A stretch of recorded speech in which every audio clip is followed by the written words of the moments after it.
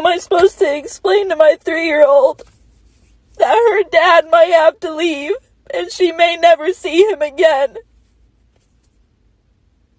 He has loved her. He has loved my son, who is not even his, and taken him in. He has provided for her. I can't explain to you guys how urgent this is. And I don't know who needs to hear this. I know I need prayers for him, and for me, and for my daughter, and for his mom. But more importantly, there's gotta be someone who can help, because this is not fair at all. This is so unfair. You voted against your friend. You voted against your friend's rights. You voted against your friend's health care. You voted against your friend's livelihood in America. You voted against your friend's family members. You voted against everything that they're actively stripping away from each and every American right now. So guess what? You were never friends because you were never a true friend. Yeah, for us, it's about finding out that people that we cared and loved for so long are morally empty and the biggest pieces of shit right now in America. And if any other morally empty MAGA piece of shit comes across this, I hope it helps. Do better as a human, and you might not lose so many friends and family members. And the rest of y'all, have a good day now. Wagwan family, welcome back to my YouTube commentary. This is where we speak what others are afraid to speak. Now, today I'm going deep into something that exposes the hypocrisy of a system built on lies. For years, white Americans or white America mocked black people for struggling financially. They laughed at bankruptcy. They blamed it on laziness. They said it was a culture of failure. But right now, the same system is eating its creators up. White Americans are going bankrupt, not one by one, but by thousands. Not one, but thousands and thousands of white Americans are going bankrupt. And the reaction is priceless. There are fury, confusion, denial, because they thought bankruptcy was a black problem. That's what they thought, okay? So we are going to talk about how they got here, why this is happening, and what it really means for the fall of white economic illusion. That's the video I'm going to do today. Because if it is suffering, for example, they labeled Africa as poor. Any African was seen as a poor person, okay? So we have been living in a world where the other side is full of illusion, full of nightmares, full of dreams. But on the other side, for example, in Africa, we are living in a world that even ourselves, we knew that we are not better than them. Let's watch these clips here and then we come back and talk more. Can we just talk for a minute about the Arkansas soybean farmers? Arkansas voted 2/3 for Trump. Trump had promised to implement tariffs. Trump then implemented those tariffs. China has retaliated, and because our soybeans, the tariff war made our soybeans too expensive, they decided to buy their soybeans from Brazil, signed 20-year contracts with Brazil, and now for a generation, the Arkansas soybean farmers are screwed because they lost their biggest soybean customer. And they are demanding compensation. Demanding. I mean, I almost admire it. I almost admire the audacity. But they said they don't really like taking government handouts, but, you know, they really don't have a choice. And they are demanding that we compensate. You know, every day when I watch these fake Christians, these modern day Pharisees, they're so nasty, they're so vile, they're so morally repulsive on social media. They say the nastiest, most hateful, ignorant, stupid things every single day. And they always have a scripture in their bio, right? Love is patient, love is kind, love does not envy, love does not boast. By your fruits shall you be judged. So Jesus chose a convicted felon who sexually abuses women, who performs oral sex on a microphone, who calls Puerto Rico garbage, who demonizes immigrants, who didn't rent to black people, who has dinner with Nick Fuentes, a white nationalist, who's working with Elon Musk, who gave the Yahtzee salute, who stole from cancer charities, who's such a piece of shit, that on his third failed marriage, hey, I thought marriage was between one man and one woman. Oh, he gets a pass because he's a Republican. Nobody's perfect, Paul. Don't judge. Yeah, shut up. He made a promise before God, his wife, and his wife's family.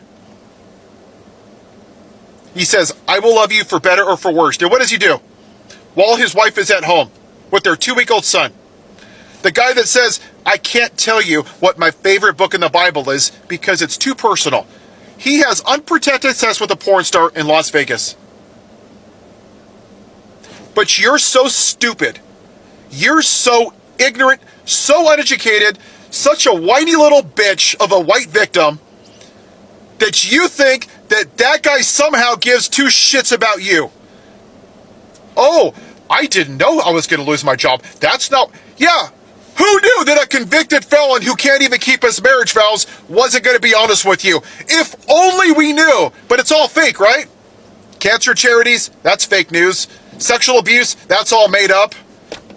Asking for 11,000 votes in Georgia, oh, that's all made up. That's all fake news. Elon Musk, no, he didn't really do what you saw on TV. None of it's real. Everything you saw, ignore it. Felons, oh, no. That's George Soros and the radical left. Oh, that's not what he said. Let me explain to you with my dumbass compass here, my translator, what he actually meant. Oh, wait, I have to defend him because I'm a dumbass. But praise Jesus, right? And then the kicker that really gets me is you think that God stood up there, up in heaven, on his throne, and watched the Holocaust, and George Floyd, and Breonna Taylor, and hundreds of years of slavery, and Stalin, and Benito Mussolini, and the Mustache Man in Germany, and all the school shootings across this country. Over 40,000 people a year. Hiroshima, God did nothing, just sat on his ass, right? Oh, but Donald Trump, the man who sexually abuses women, who's a disgusting piece of shit, God goes, oh, that's the guy I want, because he is a shining light of my love and compassion and forgiveness and empathy. This is what we're dealing with, America. These are the bottom of the bottom of the bottom. And these people really believe this shit. They are mentally gone. They want the Confederacy. They want segregation. They want white Christian America. And they cherry pick the scripture every goddamn day. Do you eat pork? Do you eat shellfish? Do you shave your beard? Do you have tattoos? Did you know that in Leviticus, it says if a man lies with another man's wife, the penalty is to be unalived? Don't you believe the Bible? So why don't... I'm just asking. It's a question, TikTok. Why aren't you living by that? Oh, that's not what it meant, right? Let me look back to my bullshit compass here. Let me translate what they actually meant 2,000 years ago, even though I wasn't there. What it means is that you want to pick certain parts of the Bible that pushes your bullshit religion, that allows you to play God instead of judge God. Because today's evangelical movement, why they go to church on Sunday with their Joe and the Whole bumper stickers and their F Joe Biden flags, and while their kids read out of a Bible where Noah has sex with his daughters in a cave, that's not indoctrination, but a gay pride flag is, right? 12 transgenders, that's a bridge too far. But if you sexually assault women, you should be president because that's what Jesus wants. You gotta love America, don't you? Oh yeah, praise Jesus. Have a good weekend.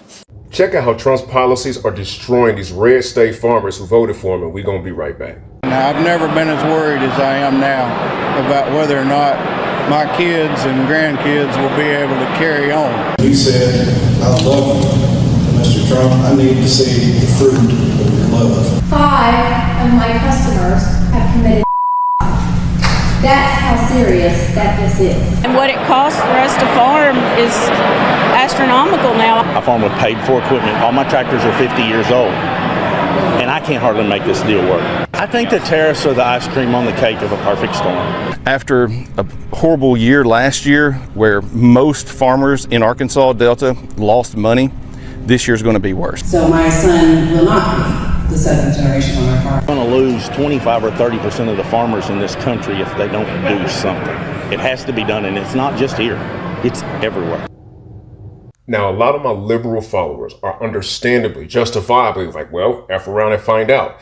But that's a little too simple for my journalistic standards. There's something deeper going on here. Because if you have a historical understanding of how propaganda works on the human mind, I think everybody who's getting messed over by these Trump policies in red states who voted for him needs to start by suing right-wing media companies for radicalizing them into doing things that are against their best interests and echo chambering them out of the information that could have them more critical about his policies. I'll reiterate, if you ain't got the bandwidth to feel nothing for these people after what they done, I feel you. But low-key, high-key, this is tragic, yo. Because even as late as May, a survey by the Purdue company of like 400 farmers showed that 70% of them still believe that Trump's tariff is going to have some kind of positive benefit for them. Remember that slew of executive orders that Donald Trump was just signing earlier on in the year? Well, it caused so much bureaucratic instability that it made the USDA pause funding for over 30,000 farmers in the United States. That was strike one. Strike two for the farmers was when Doge came in and gutted USAID. Everybody was like, oh, that's just a front for the CIA across the world. Maybe, but also it created automatic buyers all across the world for American grown wheat and corn and anything that could bridge the gap for starvation. That's gone. Strike three was the deportations. These farmers literally voted for Trump to steal their workers and wonder why ain't no work getting done when all of these compounding factors are crushing them. Strike four, which is more than you're supposed to have, is what? The dude said it. The tariffs. He said it's the icing on the cake. We tried to tell y'all that it's Americans who pay the tariffs. Y'all didn't listen, so listen to these farmers. You know what's ironic? A lot of these farmers were dead silent or complicit in black farmers getting screwed over for decades by not only their peers, but by the USDA. So bad that they had to win lawsuit after lawsuit in the billions of dollars to get claims and damages done. And still the USDA was slow with paying them out. Had they not been so racist, they'd have had a larger coalition to argue for what they need. And what's even deeper is that a lot of these farmers' ancestors were given this land in the Homesteading Act of 1862, when freshly stolen land from Native Americans was given to European peasants for pennies on the dollar. We're talking about 1/10 of the U.S. landmass. The term chickens coming home to roost is a farming colloquialism that applies here with a ruthless poetic irony. I can't even really get myself to celebrate over this because I'm looking at how the sins of the father cascade down to the generations, how these farmers inherited not only land, but a culture from their forebearers that allowed them to be prime targets for propaganda like this. The only positive way that I could look at this is possibly a new beginning in disguise. Because if we're gonna have an America that works for everybody, it's gonna take these folks getting disappointed in this way to let this all burn down, metaphorically speaking, and plant new seeds for the future. That's just my take on it. What y'all feel? My name is Theo E.J. Wilson. Like, follow, and share this message out if you feel it. This is Muskonomics, this libertarian, cut all social services. We're so smart. We're going to fix everything. And now the United States of America is bailing out Argentina, and you have people whose social services have been cut. And it seems like every single time I turn around pumps, this administration puts Israel first, and it puts Argentina first. And you have a bunch of Americans who voted for this man, who live in rural America, that they voted for him because they think he loves the country and he thought he was going to help them. And he lied to them. He lied his ass off to these people. They were nothing but a transactional vote for him. Meanwhile, their hardworking dollars are going to Israel to kill kids and to Argentina because they elected a dipshit. Well, and it just, all we hear about is that rural hospitals are closing. Younger people can't buy a house. We've got people on social services because they work full time, but the minimum wage is so low. And I look at this and I think, if we don't have money to fund education or hospitals or Social Security, we're taking money that people put into the government and we're saying they can't have it back, then why the fuck? Where are you getting the money to bail out a foreign country? If you can't help your own citizens, why are you doing it to other people? And then I think it's because they don't give a shit. They don't care.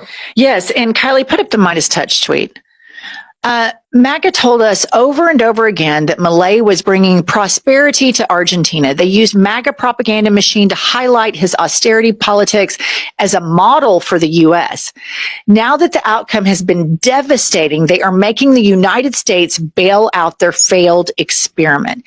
End wokeness in 2023 when Milei was running for president. All he had to do was stand next to a "Don't Tread on Me" flag, because that hits hard in MAGA. And End Wokeness tweets, holy shit, Argentina just elected Javier Milei as their next president. History has been made today. And Elon Musk says prosperity is ahead for Argentina. We're 2 years, a year and a half behind them right now, you guys. Elon Musk went into the federal government and they did this exact same thing. The big, beautiful bill is this exact same thing. So then that leaves me the question, who's going to bail us out? Because last time I checked, everybody hated us because Kanks is so unlikable. Right. I mean, no one's going to bail us out. They're going to celebrate the fall of the United States and Trump. We are the 7th bankruptcy that he had. I mean, look at the dollar. Look at all the financial indicators. You're right. We are 2 years away from this if we make it there. Who is thinking about leaving MAGA, or maybe you have already left MAGA, listen up. Keep watching, because there's something I need you all to understand. If that's not you, you can keep scrolling. The other day, I saw a girl come on here on TikTok and say that she messed up and that she's sorry and she regrets what she did. She listed out reasons for why she kept voting the way that she did, and now she regrets it. And one can only assume that it's because it eventually, the passing of the bill probably affected her. She said she was a single mom. So one can only assume. And while this is great that she went out on a public platform to apologize and recognize where she fell short, what got me, or what frustrated me, was at the end of the video, she was saying, if people are coming at me with hate in the comments, well, then you're just a part of the problem, because we all have to be on the same page. And while I understand this sentiment, right, like at the end of the day, we do have to be a united front, but here's the issue with that statement or that reasoning. The way that MAGA has voted is actively causing harm and irreversible damage. The time to say we need to be a united front and own up to your mistakes was after the first time that he got voted in. At this point, it's too little, too late. So to expect the people whose families are being torn apart, whose businesses are falling apart, whose healthcare is getting taken away from them, any level of support, to expect those people to forgive you despite the fact that people are going to lose their lives there's no ifs, ands, or buts about that. People are going to lose their lives. So to expect people to forgive you despite this fact, it is centering your own comfort, and it's not actually doing the work of reconciliation. Because here's the thing, you have broken the trust. So yes, does he want policies to sway his way because he's a person that's in business? Yes. But more like a con artist. I mean, he's a failed businessman. He had 6 bankruptcies. Every politician's a con artist. That's how they got there. So let's be honest. Okay. But anyway, what is a con artist? A con artist would be an actual criminal. So I would say a manipulator. Oh, so a convicted felon? Sure, but they convicted him. So, I'm a convicted felon. Does that mean that I'm not qualified? Am I not qualified to have a debate or be in this conversation? Well, I never said it's not qualified to be in the conversation. I'm just saying that, you said being a criminal was... Thanks to Trump's tariffs, more farmers than ever are going bankrupt because they can't afford the machines used to do their job. Because of the tariffs, the red states are closing their stores because the goddamn the prices are so high, people don't want to pay it. Everything he said was a lie. This man was so desperate to be reelected to avoid prison, he lied his ass off. What a surprise, people. Donald Trump has been known to be a pathological liar. He is literally the worst candidate for president we could have ever put in the Oval Office. And we are paying for it with our lives and our pockets. But this man is living in complete luxury while we're suffering. Yeah, I hope you learned your lesson. I don't know what to do. My daughter's father has been in America for almost 10 years. He has done everything the right way, trying to come here from Venezuela with his mom. He graduated high school here, he goes to college, he's always worked, he pays taxes, he's never committed a crime. And yet, they are being denied citizenship here in America, and they are at risk of being deported. But more importantly, there's gotta be someone who can help, because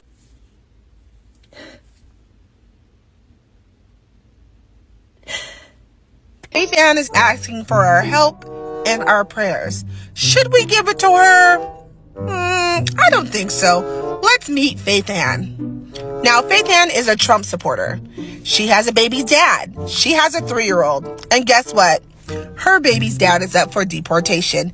And Faith Ann wants us to help and pray for her. I think Faith Ann has got us fucked up. Faith Ann, you're going to have to live with your decisions. You're going to have to tell your sweet little daughter that you helped send her daddy away. Now, you have an option of packing your shit with your daughter and going to Venezuela with your boyfriend. Now, if you don't want to take that, you could just stay here in America with Donald Trump, the person you voted for, and fuck off. You know, this is going to sound harsh, but honestly, I don't care at this point anymore. Because you only care that it's affecting your family. You didn't care when it was affecting other families. I think it should be fair across the board for everyone, not just for some, like you think you're the exception. Because you're not. And I'm sorry it's happening, but you voted for this. Your reposts give you away. They do. I don't know what you want us to tell you. Biden literally gave Venezuelans asylum. And what is Trump against? Anything that Biden did. Maybe write a letter to the president. Let's demand for an immigration reform. But that's not the priority. The priority is funding CBP and ICE, not USCIS. I don't know what you want. how am I supposed to explain to my 3-year-old that her dad might have to leave and she may never see him again? He has loved her. He has loved my son, who is not even his, and taken him in. He has provided for her. I can't explain to you guys how urgent this is. And I don't know who needs to hear this. I know I need prayers for him, and for me, and for my daughter, and for his mom. But more importantly, there's gotta be someone who can help, because this is not fair at all. This is so unfair. And he doesn't deserve it. He is a 24-year-old who has been trying for 10 years to have a good life here. I just ask you guys to please pray and to please just give me any resources that anyone has.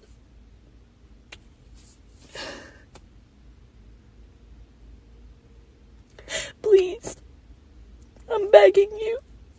This is not right. Oh my god, girl, I have the perfect person you can call. Better yet, it's a duo. The Felon and the Hillbilly. What's that in the corner? Oh, that's your name. Oh, because you reposted this. Yeah, that's right, Faith. You reposted this along with a bunch of other MAGA content. And now, the father of your kids is being deported even though he has been trying to get citizenship in this country for the past 10 years. So call them. Because you voted for them, so obviously you put your faith in them. The thing is, Faith, I have a very hard time having sympathy for people who are getting exactly what they voted for. You sat there crying and begging for someone to help you, and all I can do, because I'm running out, man. I am running fucking dry. Is let you know that you can call 911 Daddy Trump and ask him not to deport the father of your children. Or better yet, you could push your Republican legislators to maybe pass a faster path to citizenship within Congress, but they won't. Have a nice day. My name is Mercedes. Wait, no. Have the day you voted for. My name is Mercedes Chandler. Give me a follow or you want to see my face again. Thank you. Goodbye. And guys, I'm running out. Like the sympathy, the empathy for these fuckers, it's running dry. I'm sorry. I used to be nice. Now, let me start with the psychological of superiority. For a number of years, for decades, white America used wealth as a tool of supremacy. Okay? They say they are rich because they are responsible. They are successful because they are smarter. But what they didn't say is that the wealth they had wasn't built. It was inherited, stolen. It was subsidized, from stolen African labor to Native American land, from discriminatory housing laws to government layouts. So every step of their success story was built on systems of theft. So when Black American struggles after being locked out of jobs, lined out of homes, and denied loans, white America used those struggles to reinforce its ego. So bankruptcy or bankrupt was just seen, or poverty was seen as a mark of failure, something those people did, So, but now as debt piles up, jobs disappear, the illusion of white prosperity crumbles. Stigma is coming in full circle, okay? Today, America middle class, for example, the backbone of white comfort is collapsing. Inflation, housing crisis, student loans, medical bills, credit cards, all of it is squeezing them dry. And the irony is the same white politicians who said no handouts are now begging for government relief. The same banks that preyed on black borrowers are now turning on white ones. You see, it doesn't discriminate, okay? When the empire collapses, numbers are staggering. Personal bankruptcies in America have surged over 30% this year. And guess what? Guess who makes up the majority? Or not minority? Not immigrants, but white Americans are making the majority, especially those who once called themselves the middle class. They thought capitalism will protect them, but capitalism has no loyalty. It uses everyone until there's nothing left to use or to take. So the same machine that enslaved black labor, the same machine that exploited black people, is now enslaving white debt. They are now enslaved with debt, enslaved with the hospital bills, enslaved with the chains of housing and everything. School debts, okay? Now, there's something I call the illusion of financial stability. For generations, white families believed owning a home, having a car, and a steady job was the American dream. But that dream was only sustainable as long as black and brown people stayed at the bottom, Once black people or brown people were working for them, the dream was actually huge. Now automation replaces jobs, corporations send work overseas, and costs rise faster than paychecks, okay? White Americans right now are realizing what black America have always known. The system was never built for fairness. The system was built for control. The myth of self-made man is collapsing. The truth is, the government has always been the backbone of white wealth. The GI Bill to farm subsidies, from tax breaks to corporate bailouts. So whiteness has always been rewarded. Black people have never been on that comfort, because if black people could have been on that comfort, we could be talking something different. If black people build America with all the hardship, just imagine black people on the comfort side, So when the privilege stops paying dividends, confusion sets. They are asking questions. How could this happen to us? Because they have been made to be soft. And we are here to say, welcome to the reality of black people. Now, I love going back to history. Let me rewind back to history for a second. During the Great Depression, white America panicked because the safety net disappeared. Meanwhile, black families who had always survived on little relied on community and resilience, okay? Now, when the 2008 financial crisis hit America, millions of black families lost their homes through predatory loans. White America said they should have known better. Now the same words echo back right now in 2025. Corporate greed doesn't care what color your skin is, only knows how much profit it can squeeze from your pain, And that's why I think health is very expensive, because when you are at pain, you will do anything to make sure that you end that pain. So when you are sick, that's the time government finds its way to squeeze you, That should teach you something about America. It is not for the weak. The chickens are coming home to roast. And the credit system that once excluded black people now reverse them. Okay? This is scamming economy.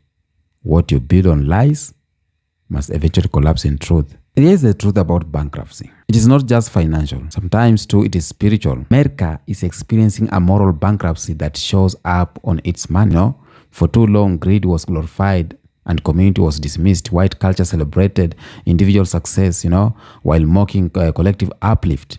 Now, those same individuals are isolated, stressed, and drowning in debt. And meanwhile, black families are rediscovering the power of unity, rediscovering the power of cooperation and shared economies.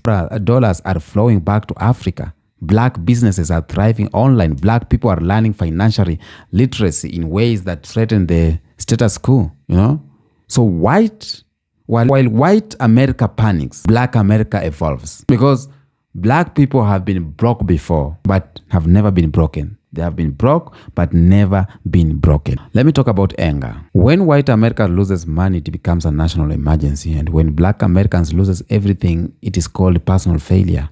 And right now, white anger is boiling. They blame migrants, they blame minorities, even the government they once trusted. The truth is, this isn't about politics. It's about karma. Because you can't build a society on exploitation and expect eternal comfort.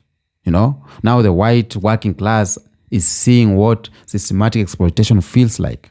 And it is terrifying them. They are feeling bankruptcy, losing cars, downsizing homes, and realizing their children won't have what they had. Okay? For the first time, they fear what it is like to fight a system designed to keep you under. Okay? Now, we had some hypocrisy, and we need to expose hypocrisy. How? When poor white people cry about bankruptcy, conservative media blames the government, okay? But when poor black people cry about poverty, they blame black people. They say, pull yourself up by your bootstraps, okay? But right now, they are barefoot. They say, don't depend on welfare. Now they line up for stimulus check. They said, we work hard for what we have, and now they beg for debt forgiveness. So this is what I call poetic justice, because the same system of exclusion that built white comfort is now turning against them. Inflation, credit collapse, layoff, and the truth is there is no rescue coming. Okay, the elite doesn't care if you are white. The elite doesn't care if you are black or blue. They only care if you produce profit. Okay, globally, Europe is feeling the same pain: collapsing economies, high debts, and frustration citizens. White supremacy was an export model.